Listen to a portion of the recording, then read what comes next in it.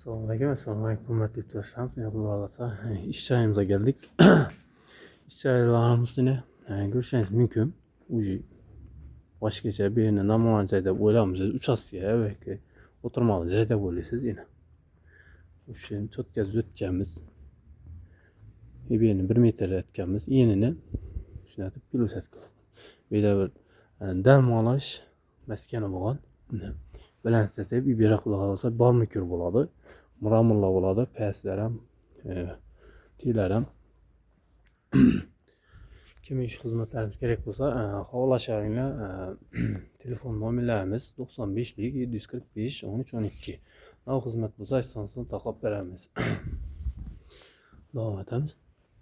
Bir an tarafımız kapıdan girgen yer. Kapıdan girip varsanız birim soklip buladı. Bunun da kanza bir de giyim asaldan bir şekilde buladı. Bir de rakayına buladı. Yan tarafımız kuhni. 3'ü 16 kopumuz. Yenini milli çöpke bezleri bilen 3 metrelik yani gilem doğrulaşı için taklak kopumuz. Muşta steni katil oladı. Bunda üzerine belki katil kanası bunu buz balık taşıyımız. Yok da kalırsa bismillah. Yine hiç kim yaşanmıyor. Durma öyle. Dağılasa işlerimiz biz taşıp bunu yüzü takıp veremiz.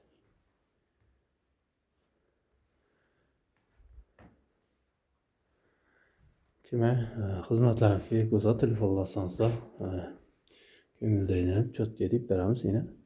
Evvelki vakti yine şu devlet sağlık veriyor. Keyinchalik bitirgandan keyin sizlarga ko'rsatib beramiz buni. Bütün millilerim tirishine berabattı ama. O tirishine atıza su açkandan diye oturuşadı. Şuna gelip çıkardı. Kimin şu hizmetlerimiz gerek olsa havalasanızlar, xudo xolasa işiniz çok ketib qo'yamiz. Taklab etib beramiz ishingizni. Berimiz adresi Batman Bazar. Bir yan tarafta Xiva yolu var. Onun arka tarafında ikinci köşede.